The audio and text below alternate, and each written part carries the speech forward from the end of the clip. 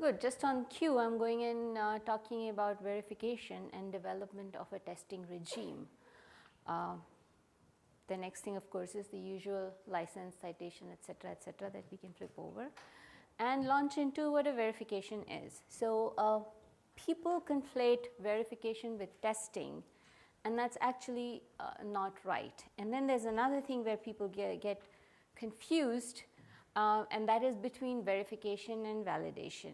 Now, for the purposes of this lecture, I want to define verification and validation in the following way so that we are completely clear always as to what we are talking about. This may not be a uniformly acceptable definition, but this is the definition I'm working with. So verification is actually validation is making sure that your model is right. That is, that model reflects the reality that you're trying to understand. That's validation. Verification is that whatever implementation that you have done in order to do the modeling is correct. So verification is actually a checking for correctness of your model, that it does the thing that you're trying to do. So code verification uses tests, but it is not just tests. It is a holistic process through which you make sure that your code is behaving as expected, that it is doing what you want it to do, that it is consistent with your model, and that the science that you're trying to do with the code can be done. There are, at different stages in your code development, there are different types of verifications that you would like to do. So in the beginning, when you're just building a code, in addition to checking for correctness in the algorithm, you may also want to check it for convergence, stability, and what's the third one? Convergence, stability, and accuracy, right, of the algorithm. You may not want to do this on an ongoing basis, but when you're implementing it originally, you will certainly want to do. You also want to satisfy yourself that the algorithm that you're using to do this, solve this particular problem actually matches the model. And I refer back to the example that I had mentioned earlier, that there was this problem of modeling radiation where the first implementation was ILU, and it was a perfectly correct implementation, which the algorithm was converging, and for the test problem it did just fine, but when it actually went to the physics problem that it was supposed to model, it wasn't able to capture the phenomena correctly. And so the process of verifying that the algorithm matches the model actually caught that inconsistency. And then when you're working with multiphysics codes, which is the kind of code that people in this room are most likely to be working with, then you also want to make sure that there is interoperability of algorithms that you have in your code. And then once the code is in existence, people are using it for production, there are different types of verification that comes into play. So one of them is ongoing verification, which is you making sure on an ongoing basis that your code continues to perform right, that no one introduces errors into it inadvertently, and that its capabilities do not regress, which is regression testing. And then you want to maintain the code, and there is a third class here, which is preparing for production, and that kind of verification not many people pay much attention to, but it is its own class of verification, and it has completely different challenges. Normally it should be a talk in its own right, but I will briefly outline the kind of verification that you want to do when you're preparing for production. When you are preparing a scientific code for production, chances are that you are going to take it into regimes where you have not taken it before, because you are trying to solve a new problem that you haven't done before. And so, and the resources that you get on the platforms are, you have been given an allocation, and somehow or the other you have to do the problem solving within that allocation. So the way you ensure that you do use your allocation well and that you do succeed in getting your science done, you would typically want to run the code ahead of time on the platform that you want to run. But as has been pointed out before, that you don't have access to these platforms for the purposes of ongoing testing.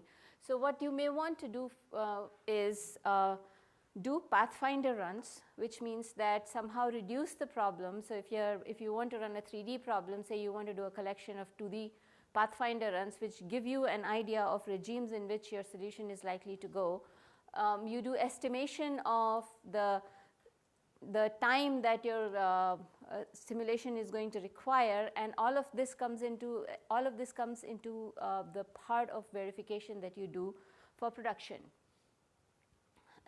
And then there is yet another type of verification that comes into play, is that if you are refactoring the code.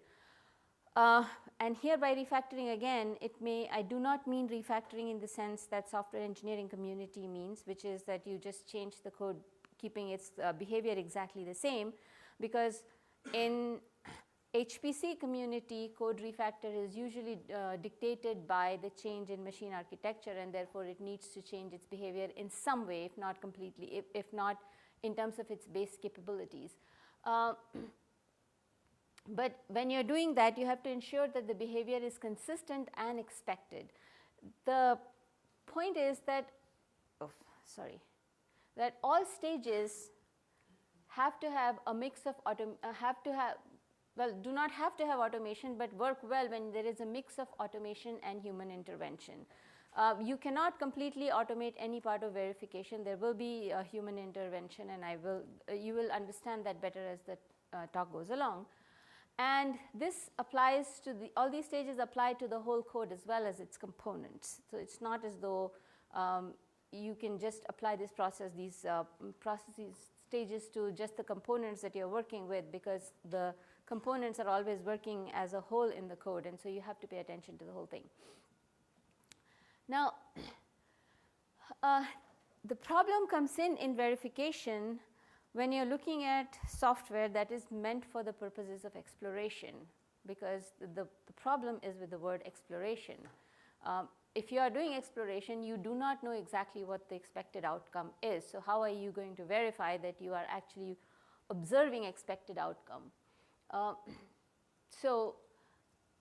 Because here your software, you've written your software in order to understand the outcome. So, and then in addition to that, so this is a general problem that is faced by all software that is exploratory in nature. And then there is the additional problems that happen with scientific software. You remember this figure that I showed earlier today, that there is all of this complexity and the feedback loop cycles, because all of these stages can be have components that may themselves be under research and therefore need modifications. So you not only do not know what the expected outcome is, but also the ground keeps shifting under your feet all the time because of the changes that are happening in all kinds of in research because of the research that's going on. And there are other specific verification challenges that are particular to the kinds of problems that we do in extreme computing or in high performance computing, is that it's not trivial to get functionality coverage.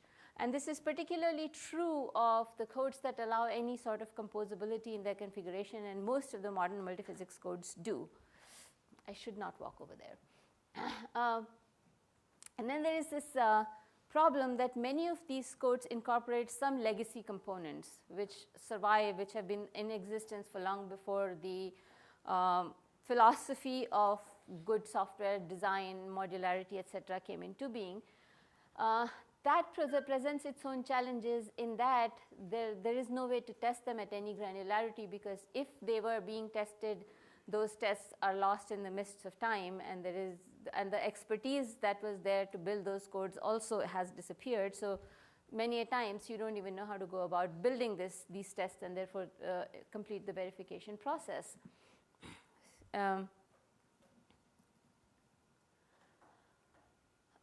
So in particular with legacy codes, you can have all of these problems, is that when you're looking at the legacy code, there may be dead code, and now with that, but you don't know that dead code. There may be code that looks like it's completely useless and what you would say bad code, and you want to get rid of it because you can't see the use for it, but often the bad code is there for a reason, because remember in the morning I said that real world is messy, that makes software messy. This is in fact something that I have been bitten by before, in that when I was doing a version transition in Flash at one point, there was one particularly ugly piece of code that was sitting in the base Hydrodynamics solver. And I couldn't for the life of me figure out what that code was doing, so I got rid of it. And the simple hydrodynamics tests, 1, 2, 3, 4, and 5 all passed. And so we thought we had done the right thing. More physics got transferred over. It became possible to do the more complicated problem, and one of them started to give wrong results. Turns out that that ugly bit of code was there for one particular regime that this particular set of problems would go to, and therefore we had to put that bit of code back 6 months later. And in the meantime, the code had advanced quite a bit, so that a lot of technical debt had been acquired. So this is a gotcha with the legacy codes that you have to be cognizant of, is that this interactions between sections may be unknown, and it's difficult to differentiate between just bad code or bad code for a good reason, which in this case it was. In these instances, code coverage tools are of very limited help, because it's only a certain type of testing that runs the code coverage. And if you are in the early stages of doing a refactoring of the code, you may not be running those kinds of tests. Okay. Next, so what are the components of verification?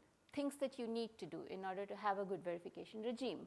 You have to have testing at various granularity, which means that, and we are doing this in a little bit chicken before the egg or egg before the chicken kind of a situation, because the next lecture is going to be by Jared on testing continuous code coverage and continuous integration, and I'm actually using some of those things that he's going to be talking about, but hopefully I'm referring to these terms at high enough term that doesn't really preclude you from understanding the points that I'm trying to make here. So yes, we want to test at various granularity, which means you want to have unit tests, the tests that exercise components separately, tests that exercise interoperability among subgroups of components in an increasing hierarchy of mixing and permutations and combinations, so that you do not just have confidence in individual components, but that you have confidence that the composability of your code and its ability to generate different applications is not compromised. Sometimes verification can be helped by doing a validation of individual components. For instance, in supernova simulations, there are so many different components, but one of them is a subgrid model of a flame. Now, one of the parts of the verification process that is necessary is to make sure that that flame model that we are using is valid. So the validation of the flame model actually contributes to the process of verification. It matters what your testing practices are, and also along with the testing practices, you have to know the error bars, because as I pointed out, that in parallel environment or when you are using threading, so you have reductions or threading, the order of operations is non-deterministic and simple, so it can be very difficult to differentiate between round-off errors and a perturbation that is there because of some error introduced at one of the smaller scales. So, and another part that is an important component of verification is selection of tests for coverage. If you do not pick the tests that you are using to verify the code, you may have sections that have not been exercised and they may come back to bite you. So given that testing is such an important part of this, of the verification process, I will spend some time on talking about tests, and you will have more of this in Jared's presentation that comes immediately after this one. So regular testing should be a part of ongoing verification, and I would say that if you have more than 3 or 4 tests that you need to run on a regular basis, just automate it. Because even if it is something as simple as just a script that invokes them and runs them and carries out a comparison against an approved benchmark, approved gold standard, automating is just very, very useful. When you get to a point where a number of tests is huge, in Flash typically the number of tests that run on nightly is about close to 100, and they run on multiple platforms. So that needs to be automated in a much more sophisticated way, and for that there are test harnesses available. There's Jenkins, there's C-, or there can be custom like Flash test. Now Flash test is custom not because we wanted to be the ninja programmers who roll everything of our own. No, because the time that we wanted to automate our test was before Jenkins was in existence. So the Flash test predates Jenkins by about 5 years. And there are other projects that have had similar problems and have rolled their own tools because of that reason. I will say though that I think Flash test is better than Jenkins still, but that's my opinion. Unbiased, yes, absolutely.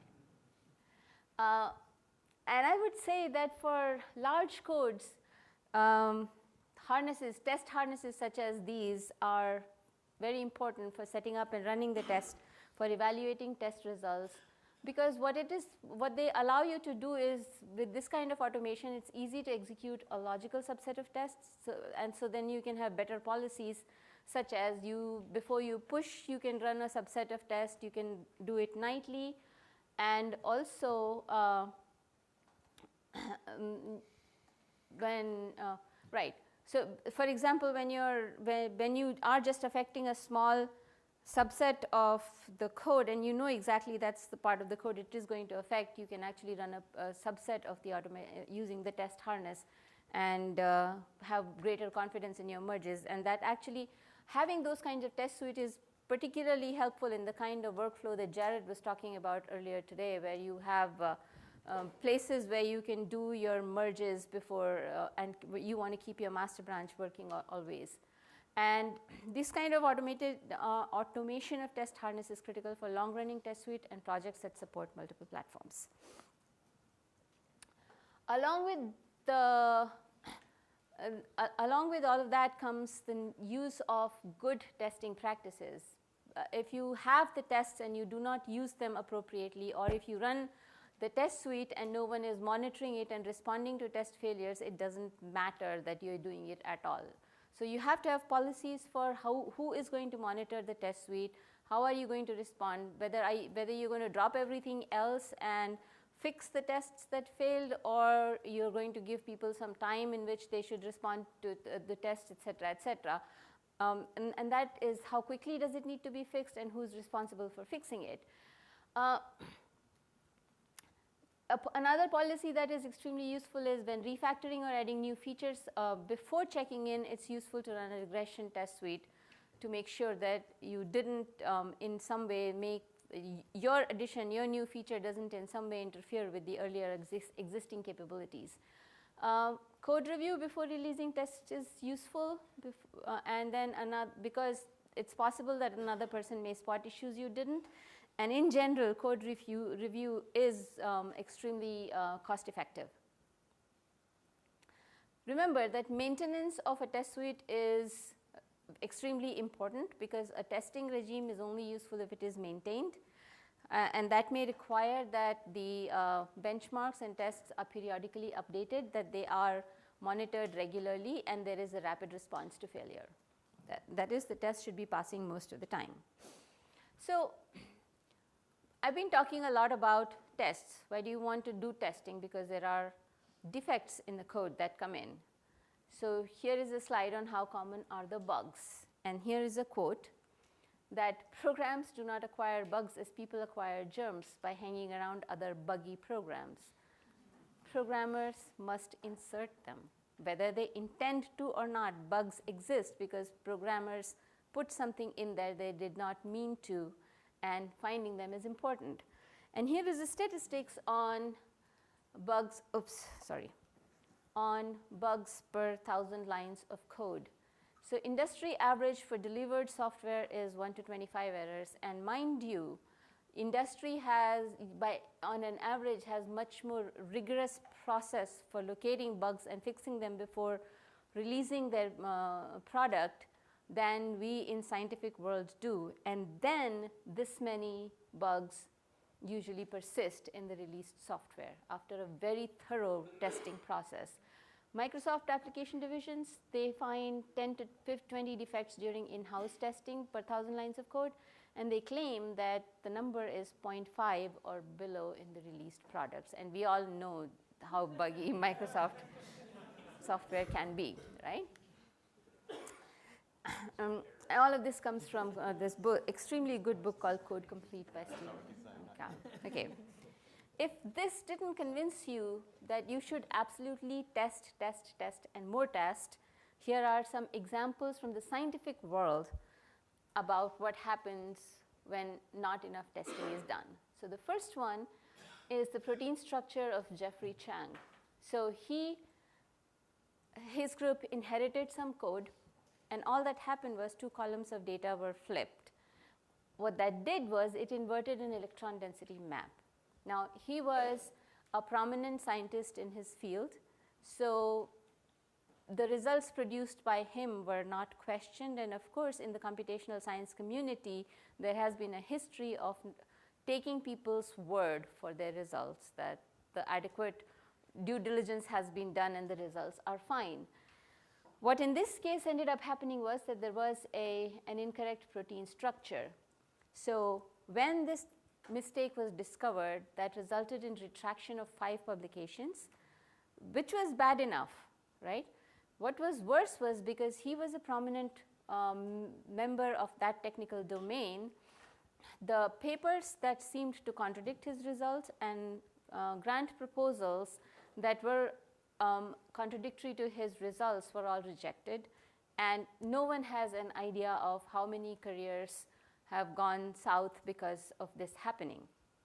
Now, one thing that was good about it is that he found and reported error himself. So he had the honesty and the ethics to basically preserve the scientific process, but still the people whose work came between the time that this error happened and the time that it was discovered still suffered for it, and there was no way of correcting it for them. The second one, the 42nd flight of the Ariane 5. So this was and this is usually a picture that actually everyone shows, this thing blowing up in smoke very soon after its launch. In this particular case, there were 7 variables that were at the risk of leading to an operand error because of conversion of floating point to integer.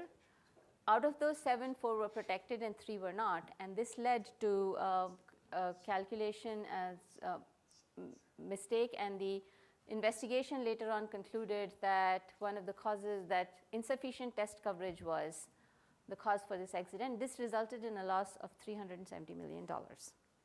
The next one is the worst of the lot. This was a drug that, this was a radiation therapy machine which was released for use with minimal software testing. Very good hardware testing, but minimal software testing. So there was a race condition in the code that went undetected, and so people were struck with 100 times the radiation that they were supposed to be given. Sometimes it was even worse in that the machine would say that it did not give any radiation. So the operator would repeat the process. And after 6, this machine was recalled after 6 accidents resulting in death and serious injuries. So testing and having confidence in your code, its importance cannot be overemphasized, right? So now that we've established that you want to do testing, I hope I've convinced everyone that you do want to do testing, that you do not want to short circuit the process of adequate verification and testing of your code. Any disagreements? Oh, you of all people, okay. And your reason? Because I'm too tired to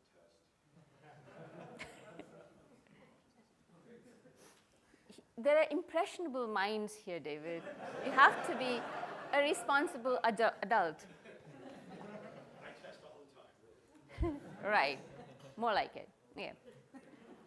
So now we talk about how do we do test development? So normally, if you are a conscientious scientist, it is going to be absolutely true that every bit of code you write, you test it some way.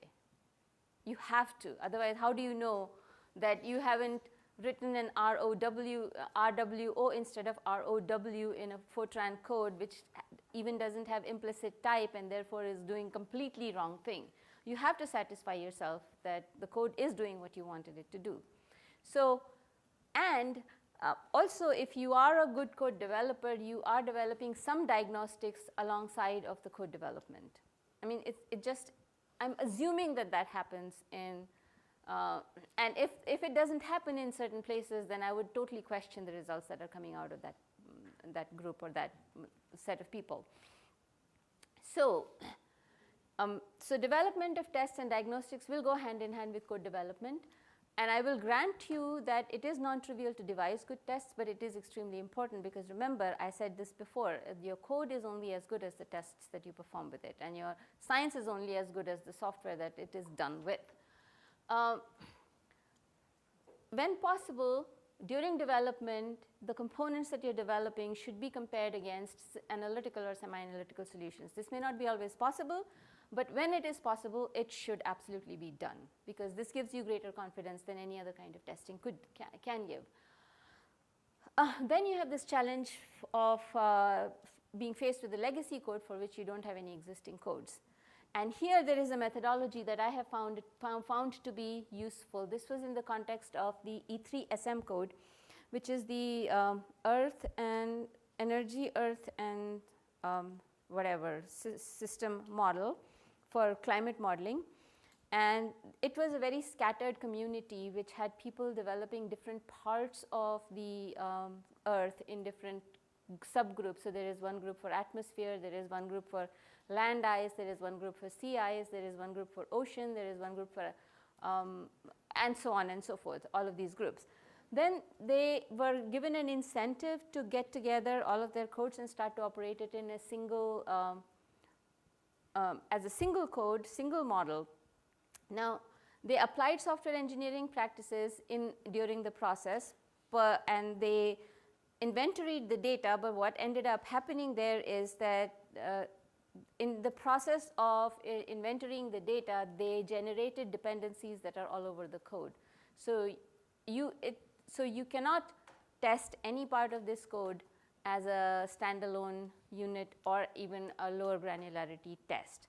Every time you test, even when you're simply adding some piece of code, some bits of code somewhere, you have to run the entire model. So debugging can get very onerous, and in general, your code coverage, even if you are exercising all bits of the code, there are only so many ways in which you can exercise the code when you have to run the whole model. So we devised this strategy, me and a collaborator, where we said this is the area of code that I want to test for. And so I started a model. We started running a model. When it came to the point where it was about to invoke this particular section of the code, we did a dump of the state, right? So we just saved this entire state. And what we said was that now we are going to read from this state, and then we are going to run this particular model, and we also dumped the state after that component had been run, and that became our benchmark, right? But that alone wasn't enough because of the dependencies that had been generated. So then what we did was we created a test driver and started with only the files that we were interested in one particular area of the code. And then when we encountered a dependency, we brought in the file. Now, we thought that at some point having to bring in these files was going to stop, but no, it did not. So we brought in one file. It had a dependency in that it wanted to use a module for another place. We brought in that file. That in turn had another dependency. Before we knew it, it seemed like we were bringing in the whole code anyway. So then this wasn't going to work, right? So then we started to look for the real dependencies versus false dependencies, which means that if we were bringing in a file just because we couldn't compile without it, but that we weren't actually using anything from that file, we would just replace calling that file with a null implementation, so that we pruned all of the dependencies beyond that point. Okay, and so with that, so we and if we were we needed to copy and we copied the files if any customizations were needed. So in this way, we were able to isolate a section of the code that then could be tested in a very small period of time, and the change was from a turnaround time of an hour or more, because running the whole model would require submitting a job to a cluster.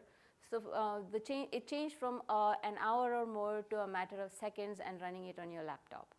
So this is a methodology that should be applicable to a large number of legacy codes. So this is another way of doing test development.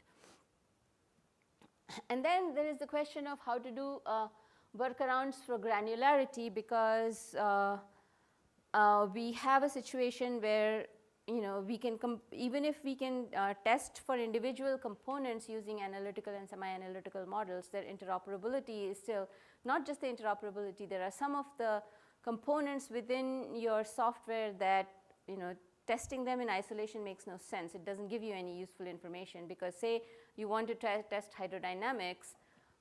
What does it mean to test hydrodynamics without having it on a mesh? You have to have it on a mesh. So then you approach this problem sideways of building up your confidence in your code. So components can be exercised against known simpler applications, and the same can apply to a combination of components. And then you start to build a scaffolding of verification tests to gain confidence. And what do I mean by that? Is this schematic here. So this is if you start with one unit test that just exercises one particular component, and you can devise a test for it so that no other part of the code needs to be exercised, you can build a unit test for it.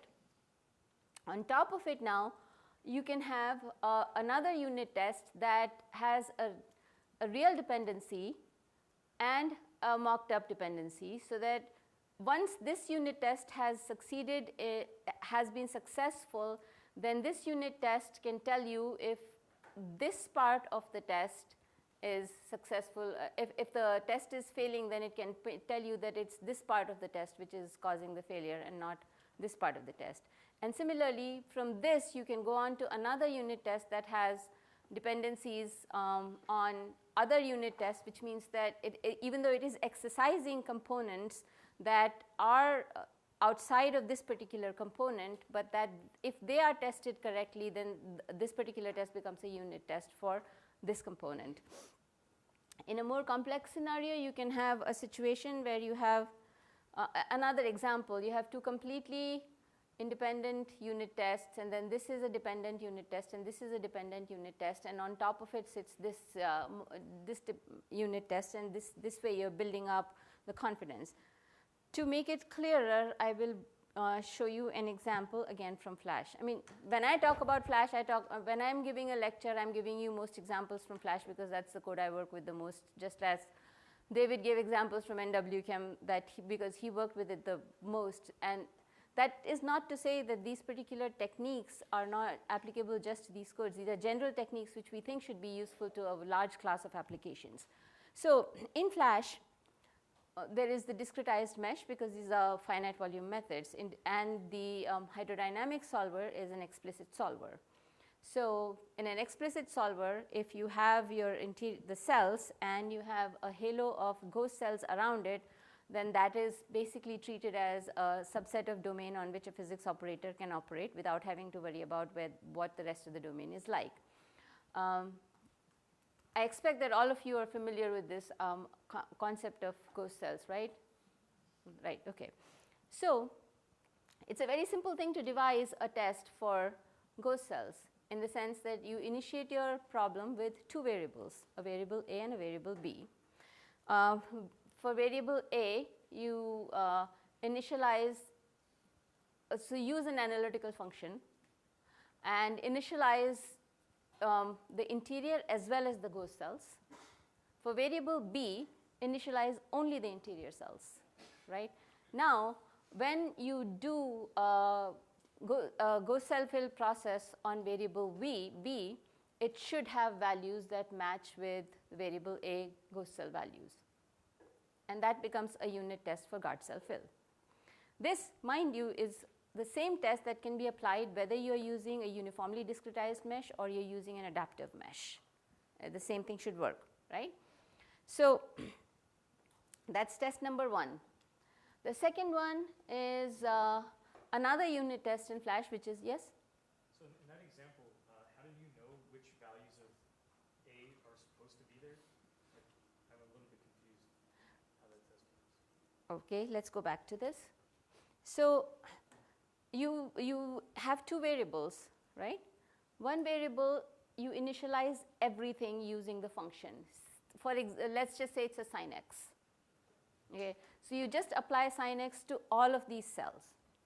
In variable B, you leave these values, the blue cells 0, and put the values only in the red cells. Now in B, where you have given values 0s to A, when you apply the ghost cell process, it should have the right values come from the neighbor. So it's just testing the ghost fill? It's just testing the ghost cell fill, nothing else. The next test, unit test, is for equation of state, where the equation of state is usually an algebraic expression, and it's a pointwise operation, or it can be some sort of a table lookup. I mean, they can get arbitrarily complicated, but the point is that it is a pointwise execution, and the equation of states can operate in many modes. You can be given a density and pressure and using that you calculate temperature, or you can be given density and temperature using which you calculate pressure. Basically, you close the loop in the formation of equations of hydrodynamics. So they close the loop. Here's the simplest thing to do is that use the initial conditions from a known problem, and then you apply equation of state in mode 1. Now you include some of the generated results. Say you applied it in mode pressure and density and pressure, and you generated temperature. Now you take the temperature that you just generated and apply equation of state again using density and temperature in the second mode where you're generating pressure. At the end of these 2 steps, your pressure generated from the second round of equation of state ought to be identical to the temperature to the pressure that you had initialized the value with, and the same thing applies for temperature, and that tells you that the equation of state is working. Okay. Then the third one is for hydrodynamics. So in hydrodynamics, now what we do is there's a Sedov blast wave problem where you initialize the domain with a pressure spike in the middle, and the shock spreads out in a sphere. Now there is an analytical expression available for the distance that the shock has traveled with time, and so that you can compare the distance traveled in simulation with the distance traveled against time. So now this is not a standalone unit test. It is exercising mesh, hydro, and EOS. But because if we have verified that EOS is working with its unit test, and we have verified that the ghost cell process or the mesh is working, then this becomes a unit test for hydrodynamics. So this is how we built the scaffolding now. And then the next time, if on top of this, there is another test. Now if you want to just test nuclear burning, you can add a cellular detonation to it, and that becomes a unit test for cellular burning, and so on and so forth. Not only that, there is this process of building confidence here, in that now if we are at a point where for the mesh, uniform mesh, the only thing that you really need to test for is the ghost cell fill, but the AMR has many other functionalities in the mesh that haven't yet been tested. For example, one of the things that happens is you have to do flux correction at the fine coarse boundaries in the finite volume formulations. So now here what we are doing is we are doing reasoning, and again using this process of scaffolding building, is that if say unit, grid and EOS tests passed and Hydro failed, then we run Hydro in two modes. One is the uniform grid mode and one is the AMR mode. If the Hydro still failed in the AMR mode and uniform grid mode, we know that it's the Hydro which is at a problem. But if it did not fail in the uniform grid mode but failed in the AMR mode, that pinpoints that the error is likely to be in the flux correction part of AMR. So in this way, you can also narrow down where your problem is occurring.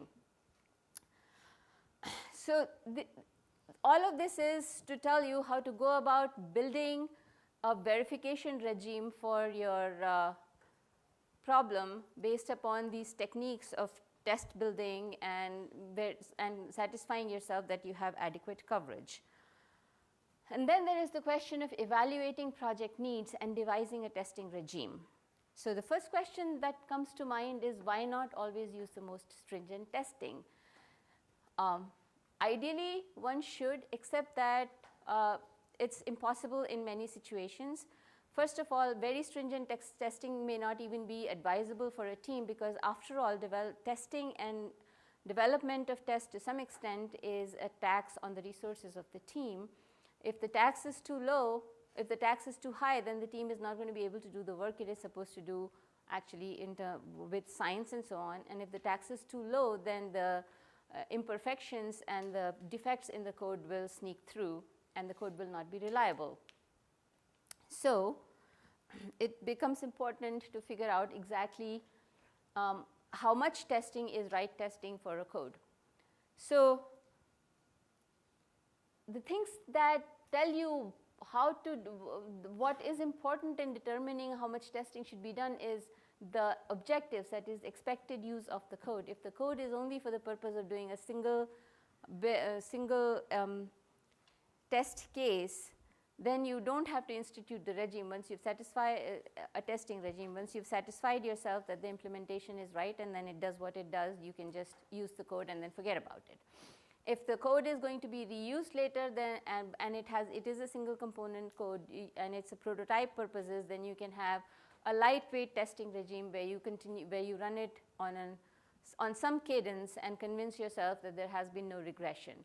If it is a large test that is publicly released, lots of people are using it, then you have to have a much more rigorous testing regime, and whether or not you have resources or not, you have to allocate them, or else you have to, something has to give. You have to either scale back your ambition for the code, or you have to allocate resources for doing testing.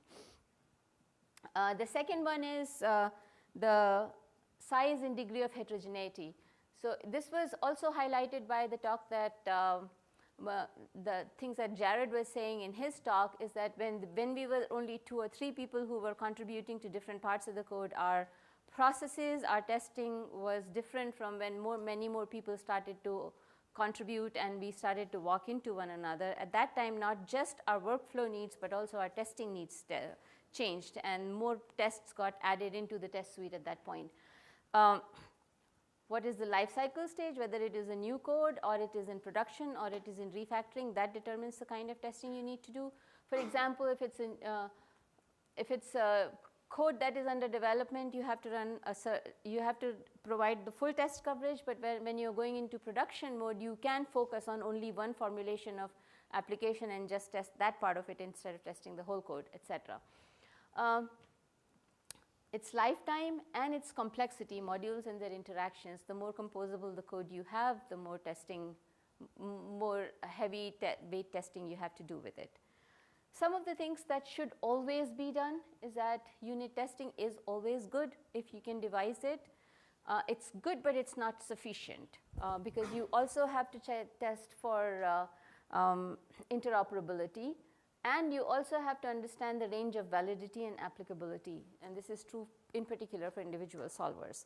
So with that in mind, the next question is, say you have built a software and people are responsible and people have built a bunch of tests as the software was getting developed, but if you ran all of these tests, your test suite is going to run for, say, a week, and you cannot afford to do that.